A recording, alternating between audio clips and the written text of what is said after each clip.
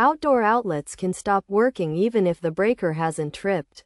And this is often due to loose or damaged wiring, or a faulty outlet. To address this issue, it's essential to check the wiring, as damaged, loose, or broken wires can disrupt the power supply to the outlet. To do this, shut off the power supply to the outlet and inspect it for signs of damage, such as burns, loose connections, or rodent infestation. If any of these issues are found, it's recommended to consult a professional electrician, as attempting a DIY repair can be hazardous. Once the inspection is complete, restore the power and test the outlet. If the outlet is damaged, it may overheat, spark, or fail, in which case it should be replaced. To replace the outlet, start by turning off the power supply.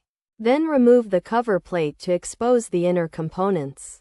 Next, disconnect the wires to detach the old outlet, and inspect the wiring for any damage before connecting it to the new outlet.